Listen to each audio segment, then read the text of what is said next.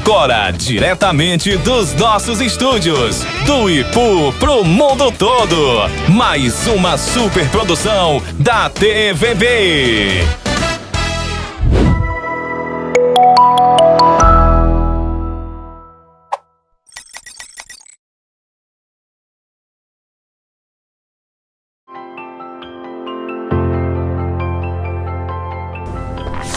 Muito bem, no programa de hoje, Prosa e Versos, recebemos nosso amigo Maílson Furtado. Maílson Furtado é escritor, artista de teatro e produtor cultural cearense, autor, dentre outras obras, de A Cidade, que é um livro vencedor do Prêmio Jabuti de 2018, que é o Oscar da literatura brasileira, nas categorias Poesia e Livro do Ano. Em Vajota, cidade onde sempre viveu, fundou o grupo Criar de Teatro, em 2006, onde realiza atividades de ator, diretor e dramaturgo.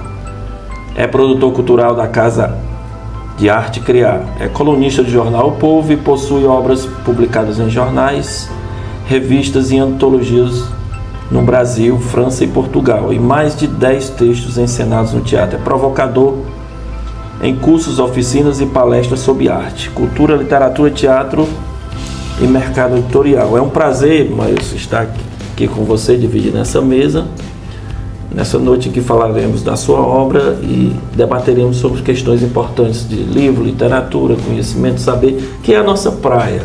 Seja muito bem-vindo. Obrigado, professor, que alegria estar aqui nesse programa, né? Uma felicidade, né, ter esse espaço, mais um espaço, né, para divulgar literatura, e aqui na nossa região, aqui nessa região aqui do Vale do Acaraú, Biapaba, enfim, muito feliz de estar aqui.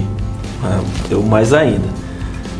Como eu, em off, a gente estava conversando, eu falei que eu, para essa entrevista, para esse debate, nessa mesa redonda, eu reli o seu livro A Cidade. Eu li outros livros e confesso que é o tipo de escrita que me seduz muito, né? E durante o debate a gente vai descobrir por quê. E aí eu estabeleci uma série de questionamentos que, em primeiro lugar, não é para quem está assistindo, é para mim também. Principalmente para mim, que sou também escritor e autor. Então a primeira questão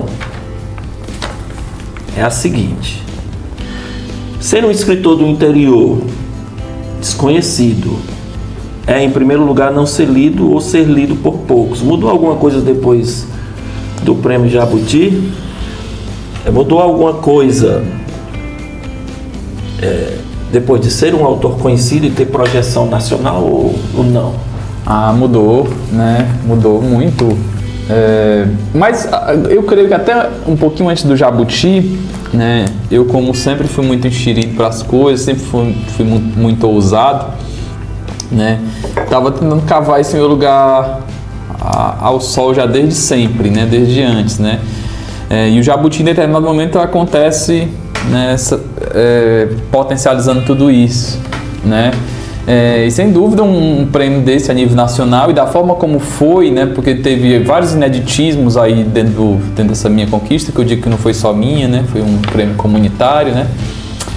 Gerou burburinho até mais do que outros anos, né?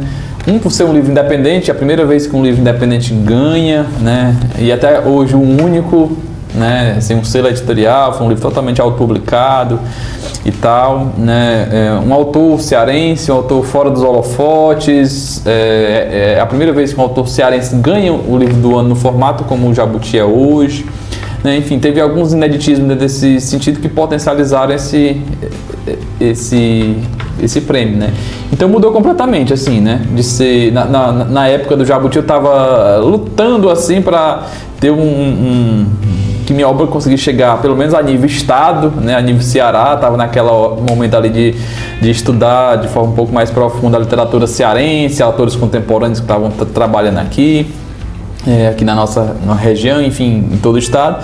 E veio o Jabuti me obriga a ter um mergulho nacional e até internacional, né, em determinados pontos, né? Fui meio que obrigada a conhecer um pouquinho da literatura latino-americana contemporânea, literatura que está sendo produzida em outros lugares do mundo também.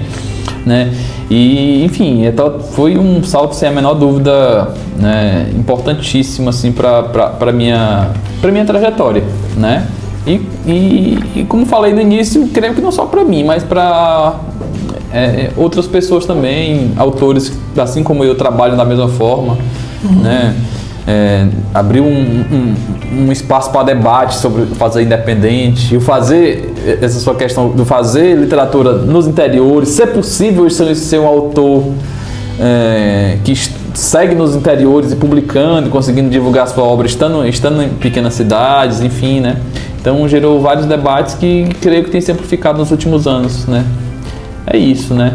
Bom, na leitura que eu fiz do livro, a releitura, é claro que em toda leitura que a gente faz, questões novas aparecem porque a gente muda também. Então, questões que tinham passado, a gente passa por cima na primeira leitura, elas são vistas em outra leitura porque o estado de espírito do leitor acaba influenciando a maneira como ele lê. Então, com base nisso, eu percebo que uma das características da sua obra é falar sobre o lugar, o seu lugar. Como o livro A Cidade, né? É um livro que fala da sua cidade. Eu percebo, fala do seu lugar, da sua infância, do seu avô, das suas brincadeiras, e etc. O que te inspira a escrever? Escreve porque gosta ou porque algo te inquieta? Quer levar ao mundo o teu lugar, como Belchior dizia, né? Eu quero cantar o meu lugar. O que tu queres com a leitura? A escrita, na verdade. Dinheiro, sucesso, fama, ou dar vazão a essa coisa da alma, do espírito, algo que inquieta. É isso que a literatura... O que a literatura te proporciona? Essas últimas coisas que você trouxe aí são consequências, né? Acabam vindo, né? A partir do que a gente vai construindo, né? Então são consequências. Então, pelo menos na minha primeira motivo de criação, assim, isso não passa sendo o primeiro motivo, até porque eu começo escrevendo assim de forma um pouco mais profunda, né, como eu escrevo hoje, não entendendo a escrita como uma profissão no primeiro momento, né? Hoje a escrita é uma das minhas profissões, talvez a principal, mas naquele momento, como no momento que eu estava escrevendo Cidade, não era, né? Então não tinha essa perspectiva financeira, não tinha essas outras perspectivas, né? Claro que a gente escreve buscando que alguém leia aquilo, não tem motivo, né? Isso estaria sendo totalmente mentindo, assim, né? Se a gente não busca isso, né? Enquanto artista, a gente quer ser visto, a gente quer que o mundo saiba um pouquinho do que a gente está fazendo, até porque é o motivo da arte ampliar essas vistas, né? Mas tudo isso é consequência, né? Então, no primeiro momento, assim, vou construindo esse meu trabalho com a escrita, pensando essa matéria-prima, a palavra, como uma forma de alargar o mundo, né? De alguma forma, né? E o meu primeiro lembrança assim, que tenho de ter vontade de escrever foi no momento que eu mudei a minha perspectiva de leitura para ser uma coisa que não precisava ter obrigatoriedade de nada, né? Na época de escola eu sempre fui aquele aluno mais, na minha época chamava CDF, né? As gírias mudam, eu acho que deve já ser uma gíria vencida, né? Mas eu era aqueles alunos CDF, né? De estudar para tirar 10, não tinha um motivo. Então eu lia tendo motivo, não, vou ler para poder tirar essa nota e tal. Até que em um determinado momento eu descobri uma turma de amigos na época da escola, mudei de uma escola para outra, encontrando uma turma de amigos, e essa turma lia algumas coisas que eu gostava, dentre elas filosofia, ciências, assim, né? E dentre essas leituras, literatura, coisa que eu não lia sem obrigatoriedade de tirar nota, até que eu tive algumas experiências com isso. E percebi que não precisava ter qualquer necessidade, qualquer preocupação, qualquer coisa para ter um objetivo para ler, né? Ler às vezes não precisa ter objetivo para nada, né? Não precisa servir para nada, né? E isso mudou meu juízo totalmente na época, né? E nessa mudança de juízo me fez perceber que eu tinha a possibilidade de poder contar o meu próprio ver. Até aquele momento eu estava só enxergando, só querendo ver pelos olhos outros, né? Porque tinha um objetivo. Naquele momento dessa virada de chave, não, tem coisa aqui que eu acho que eu não concordo, e eu acho que é por aqui, eu não estou vendo se... Aí entra a coisa que você fala do meu lugar, né? Desse lugar. Eu não estou enxergando meu lugar aqui, né? Eu comecei a me perguntar sobre isso e não, eu quero ler sobre Varjota. Aí Varjota tem essa história muito particular, que é uma cidade muito jovem, né? Das cidades aqui da região talvez seja mais jovem, né? Grande parte aqui das cidades aqui se formam a maioria pelos trilhos, né? Pelo trem. Ou fortalecida por eles, né? O caso de Heriotaba, Pires Ferreira, Cariré, né? É uma história já centenária, para lá de centenária, né? Ipu se fortalece, não se firma não se funda com a estação do trem, mas se potencializa. Varjota vai se firmar com o açude de Araras na década de 50, né? Então isso 70 anos depois dessa revolução do trem, né? E é muito jovem isso, né? É muito jovem isso. E na época eu fui pesquisar querendo ler sobre... Não tinha nenhum trabalho, nenhum TCC de história para eu ler na época, né? Enquanto eu era adolescente. Nem isso tinha, né? E isso me fez ir atrás de coisas para ler, coisas parecidas. Aí eu venho caído naquela coisa do romance de 30, né? Que é incontornável, né? Então li o primeiro livro, adorei, né? Li o segundo, gostei. No terceiro eu já estava cansado, porque era o mesmo tema. E vem a pergunta: onde diabos está o meu lugar aqui, né? Porque eu já sou um cara que vive a década de 90, né? Aquela coisa de revolução, televisão, ruas, urbanidade e tal, já entro nos anos 2000 já com internet e tal, né? Cadê esse lugar? Cadê esse Nordeste, né? E daí vem essas provocações para tentar buscar esse lugar, né? Para buscar esse lugar que eu não encontrei naquele momento, né? Então, se não tem aqui, vamos ter que escrever, né? Eu digo que até hoje é um dos motivos de eu escrever, né? Escrever aquilo que eu queria ler, né? Claro. Muito interessante esse ponto aí do romance de 30. Eu vou até... Sim. Não vou seguir aqui as questões que eu tinha estabelecido. Mas veja, quando eu leio A Cidade, eu percebo um outro sertão. Um sertão grande. Eu percebo uma outra cidade, não aquela cidade construída como caricato. Quando você vai ver o romance de 30, né? Raquel de Queiroz, Graciliano Ramos, José Lindo do Rego, até alguma coisa em Jorge Amado, mas é um romance que ele constrói uma imagem do sertão e do sertanejo como um ser, como um lugar feio, como um lugar de miséria, de fome, e o sertanejo como um ser meio bruto, meio alguém que não tem cultura. Essa é uma imagem que se cristaliza e você começa a construir um estereótipo de um lugar, o sertão, e um estereótipo de uma região que foi inventada, que é o Nordeste. Na cidade eu não vejo esse sertão caricato, nem esse homem sertanejo caricato. É intencional isso, ou é porque você simplesmente quis falar do como eu sinto a cidade, como eu me vejo enquanto alguém do sertão e como eu vejo o homem daqui? Aquelas imagens, elas são inventadas, elas são mentiras, ou quer dizer, eu quero construir um outro sertão, ou o sertão que eu vivi? Tem um pouquinho de proposital, sim. Algo dentro desse proposital, né? Até porque eu já tinha essas angústias na época que escrevi o livro, né? Porque a cidade é o dobrar da página, assim, do meu trabalho de escrita. Eu tenho um trabalho prévio à cidade, mas a cidade muda um pouquinho a página da minha escrita, para essa perspectiva de trazer essa bandeira política de uma forma um pouco mais firme, né? Trazer esse sertão contemporâneo, esse sertão do século XXI. Né? A gente não nota, mas a gente já está no quarto do século, já passou um quarto do século já, né? E é muita coisa, né?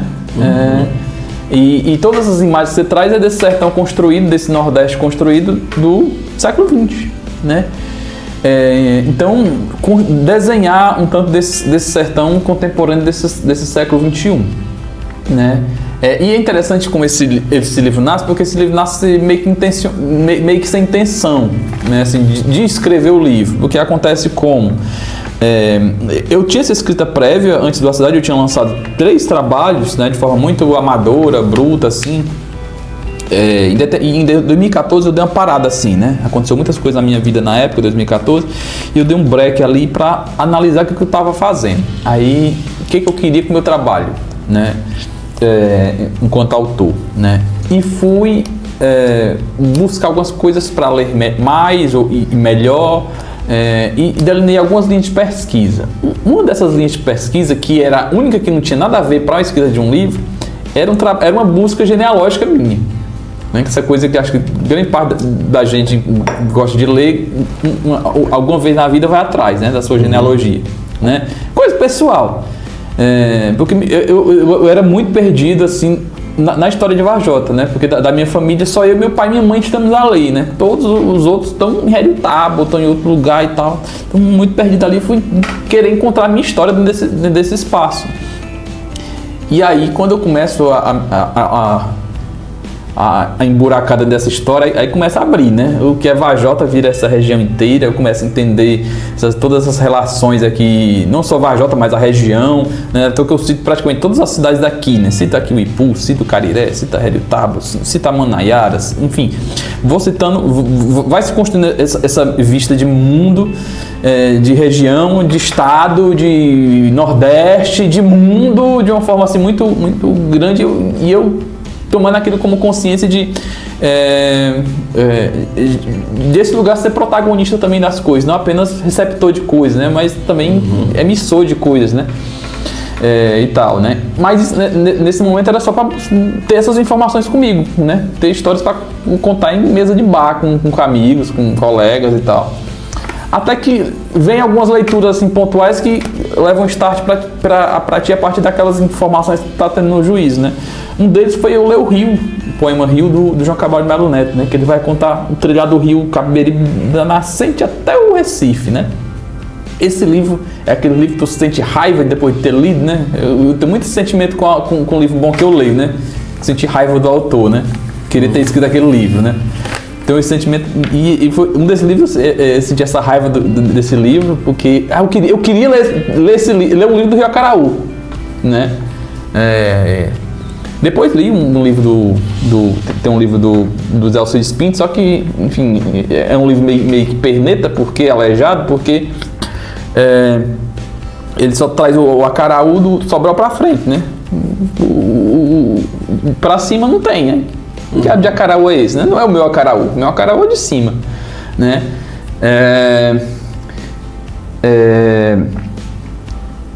E li também na época o Romance da Pedra do Rei do Ariano, que foi o entendimento que eu fui tendo essa experiência lá na região do Acaraú, do livro do Romance da Pedra do Rei, aqueles sertões ali do Alto Sertão Pernambucano, Paraibano, de o quanto a geografia é importante para a formação da experiência literária. Isso aparentemente é óbvio, mas não é, né? Porque, tipo, o Ipu aparentemente se firma enquanto a literatura forma lugares como Iracema forma Ipu, de alguma forma, né? Vou pensar isso. Então, isso na literatura tem desde sempre, né? E mais nesse momento eu tomei essa consciência, né? Aí me veio a vontade de escrever alguma coisa para causar esse sentimento, né? De montar esse espaço, de escrever sobre esse Acaraú, de escrever sobre essa região e tal, né? Aí nasce A Cidade, né? Junto com todas essas coisas desse sertão contemporâneo que tá ali, né? Essas inquietações e tal, né? Enfim, né? Então é todo esse mar de coisas, né? E que acabam muitas coisas indo para outros trabalhos também que foram vindos depois, né? E tal, né? Encantarias, folclore, histórias assim que acabam, né, se construindo, né? Isso já liga com a próxima questão que você citou 3 nomes da literatura que o influenciaram. Quais são suas referências além desses? Porque quando eu leio, minhas referências estão, por exemplo, quando eu reli hoje, eu percebi algo nietzschiano, sabe? Eu percebi um certo Belchior, não quero o que a cabeça pensa, eu quero o que a alma deseja, né? Essa coisa também nietzschiana né, da razão e a sua energia. Porque o sertão, ele é construído pela ciência, a cidade também, o discurso.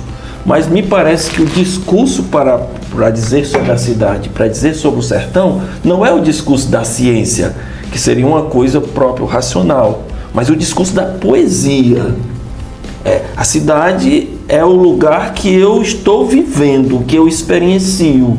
Então, quando eu falo sobre o sertão, quando eu falo sobre a cidade, é o meu sertão, que é um país. Você diz isso no texto. Meu sertão é um país, meu sertão é uma coisa tão grande, sabe? Não cabe num lugar geográfico. Ele é da minha alma. Então, quando eu escrevo com poesia, me parece, as minhas referências não são, sabe? São as referências da minha alma, do meu sentimento. Sim. E aí você não pode definir o sertão senão como aquele lugar que eu vivi. É isso mesmo ou eu estou delirando? Não, acho que é isso, né? Assim, eu tenho influência muito... Eu falei aqui, o João Cabral tem uma influência muito forte para mim nessa questão de aparamento do verso, né? Esse cuidado com a palavra que eu gosto demais, principalmente o João Cabral, para mim, o poeta mó, assim, alicerce para mim dentro dessa perspectiva estética, né? Que eu mais busco ali tentar, né, trazer ele para mim de alguma forma, né?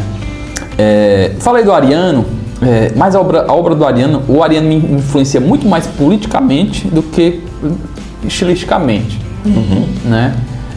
Eu adoro como o Ariano traz o debate de defesa da cultura brasileira, da cultura, isso eu gosto demais e eu acabo trazendo para mais perto, né? Isso, né? Isso está um pouco presente dentro dessas minhas obras. Uma coisa que é o meu primeiro conhecimento, meu primeiro alicerce é a poesia marginal da década de 70, né? É o meu alicerce primeiro, assim, meu primeiro olhar para o mundo. Não é porque eu digo que o Leminski me apresentou o sertão que eu queria conhecer.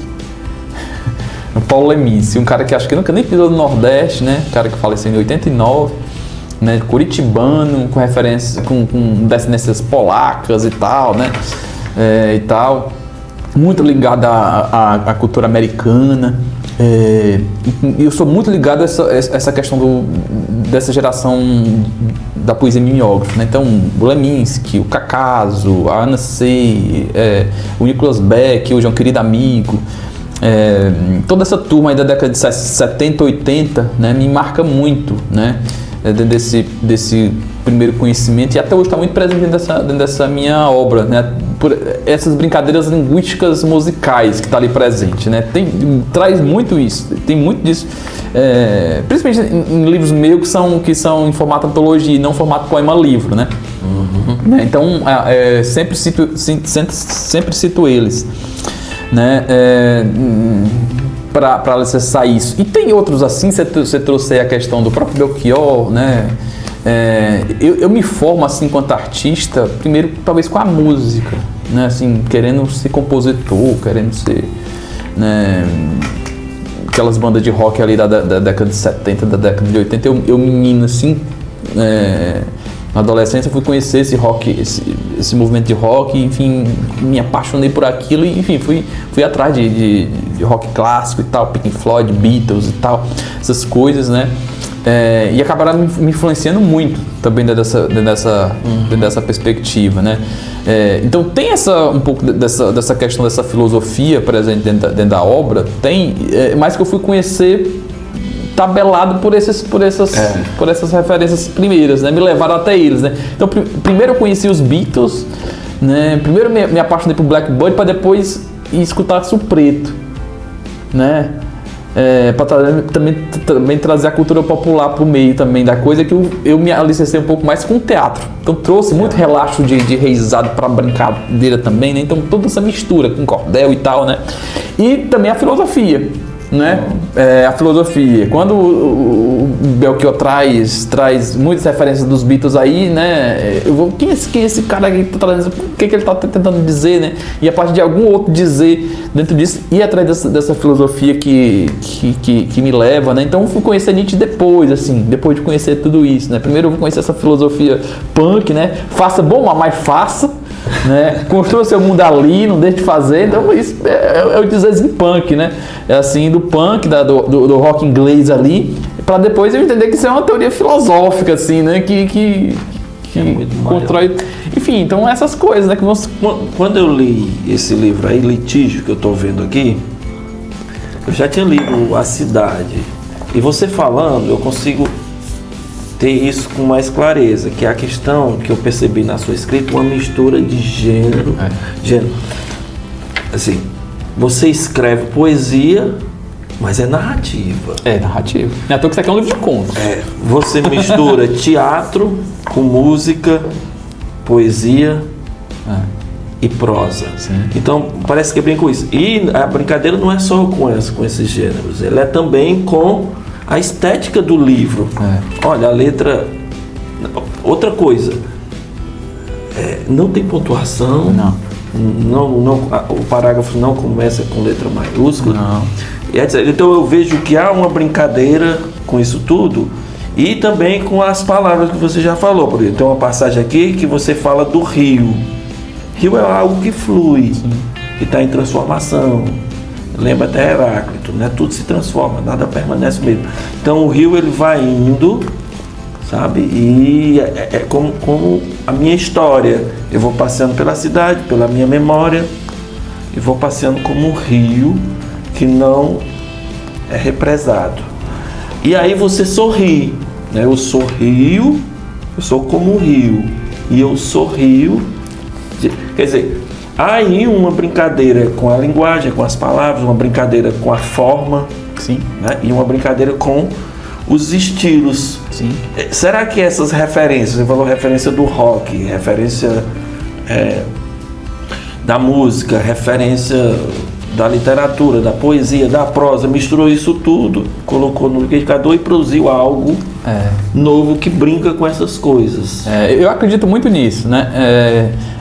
Claro que o hibridismo é uma coisa da agora, óbvio, existe desde que o mundo é mundo, desde que literatura é literatura. Homero é uma obra que se amplia muito para além da poesia, né? É uma obra teatral, é uma obra de música, né? Então o hibridismo existe desde que o mundo é mundo.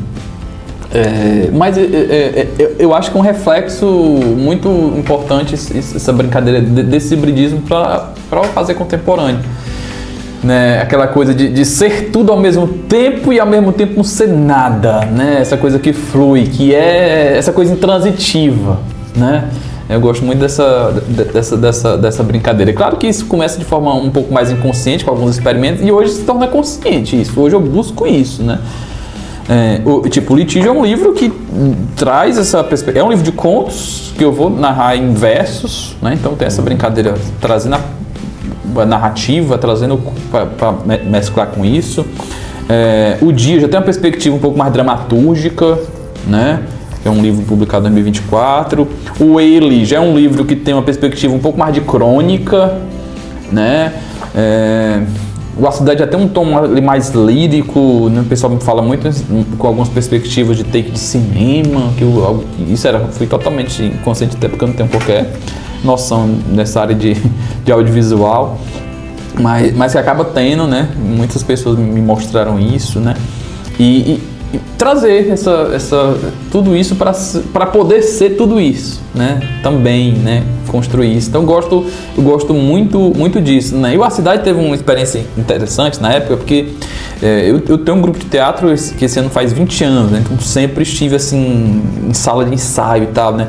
E na época da construção desse livro, a gente estava num momento de crise danada do grupo, sem ter o que montar, porque a gente sempre montou coisas autorais, né? E a gente estava com uma dificuldade de processo criativo desgraçado na época, e o que a gente vai fazer agora? Tentamos subir uns 3 textos e não subia. E eu levei pro pessoal, olha, eu escrevi uma coisa lá que eu não sei o que é direito ainda, né? É uma coisa diferente do que eu já escrevi, pode ser que... Vamos tentar ver o que é, vamos tentar ler em conjunto. E a gente passou uns 3, assim, laboratórios lendo o livro, né? Desenhando o livro, tal, de alguma forma, né? Pro grupo foi assim... Não deu em nada, né? Foi mais um texto que não subiu, não levou para canto nenhum. Mas para mim, enquanto autor e na construção do livro, isso foi de uma importância tão fantástica, né? Ver o livro ali e ver algumas coisas que não cabiam, que não se desenhavam, né? Que foi muito importante para a construção do livro, né? E um ano depois o livro foi publicado, né? Então esse processo foi muito importante, né? Foi muito importante. E até hoje, quando eu posso fazer isso, levar para outros espaços, outros experimentos, eu busco, né? Porque acho que simplificam muito, assim, né? É um dos meus processos criativos, né? Cada livro se constrói de uma forma, né? A cidade teve isso, como alguns outros tiveram também um pouco dessa experiência, né? Por que a poesia e não a prosa? Se bem que eu conto aqui no dia, eu estou me referindo à cidade. Então, não seguir regras gramaticais.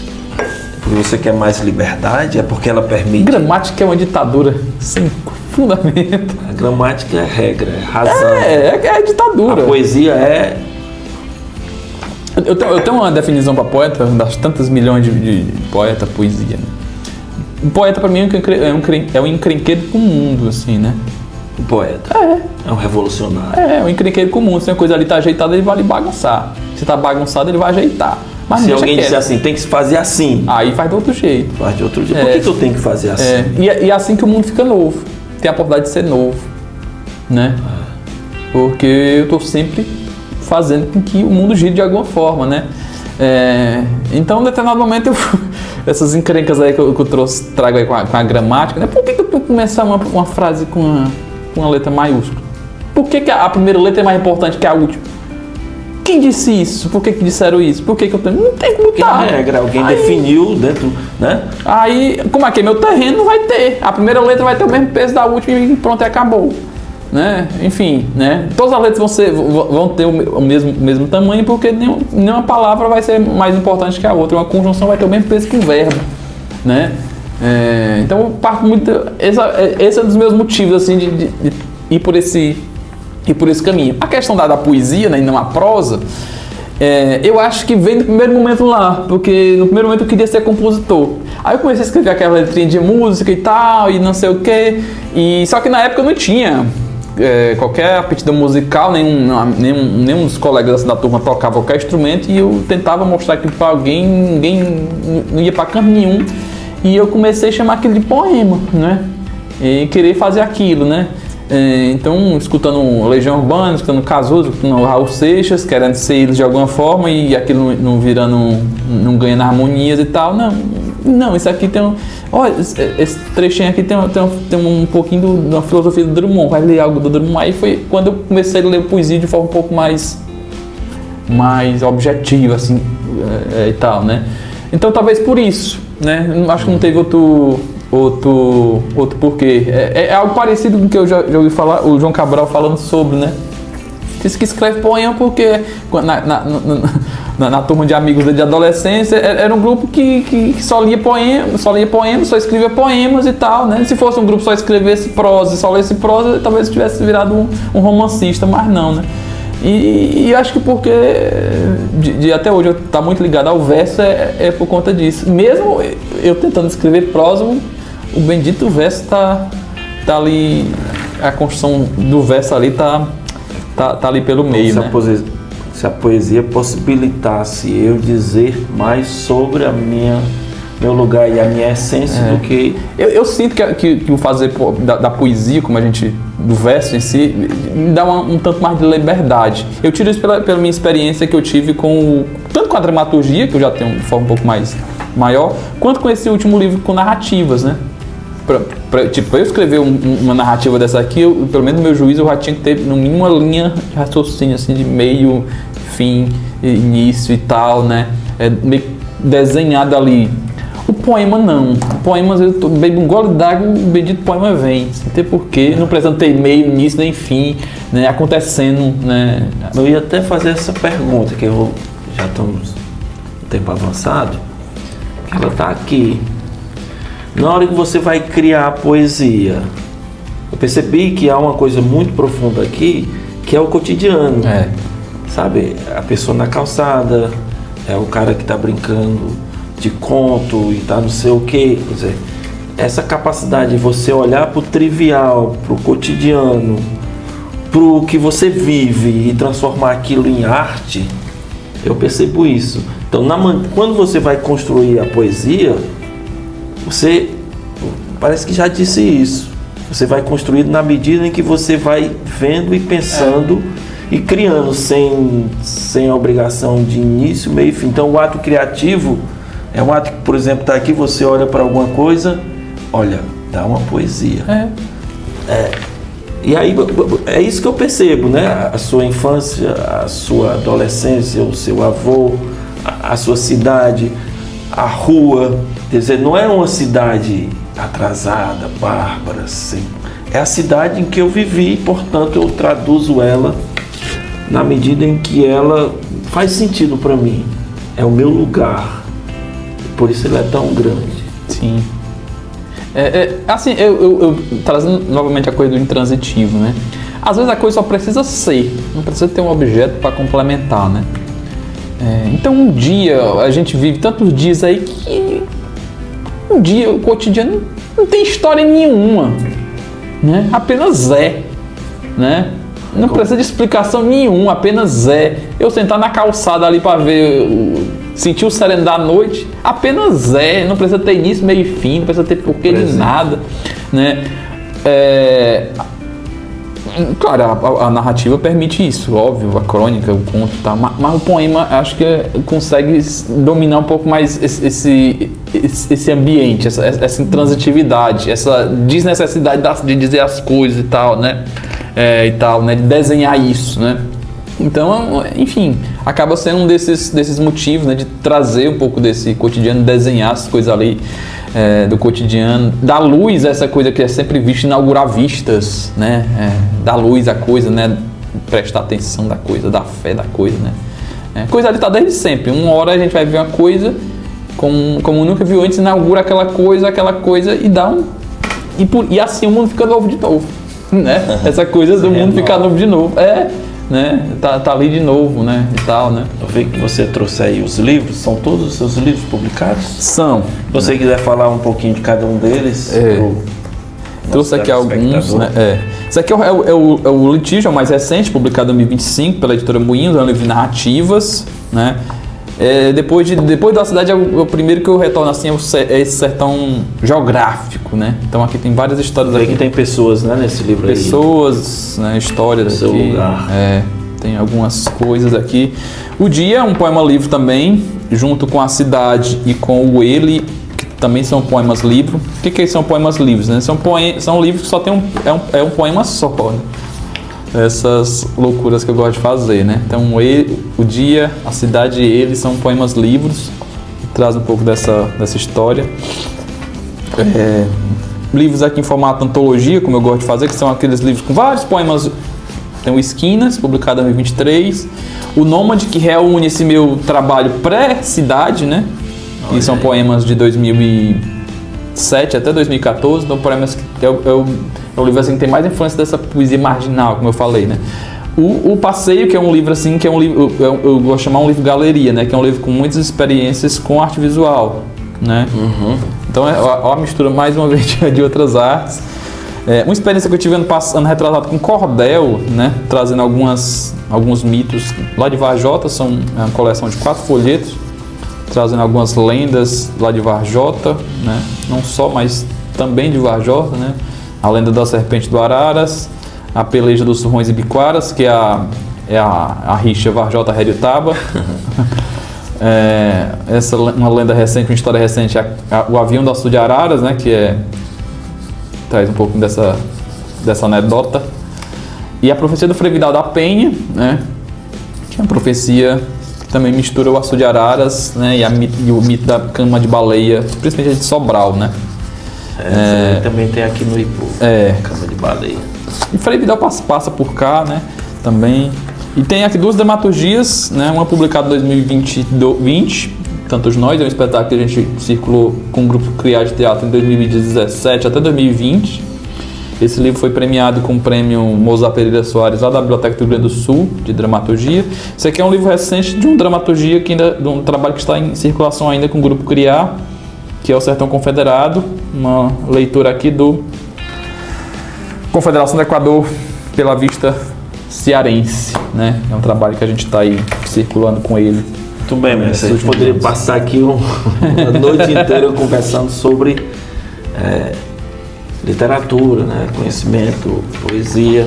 É muito maravilhoso. Espero que quem esteja assistindo em casa tenha tanto prazer quanto o que eu estou tendo aqui. Considerações finais para a gente fechar esse primeiro programa de estreia. Eita. Começando com chave de ouro com Maílson Furtado.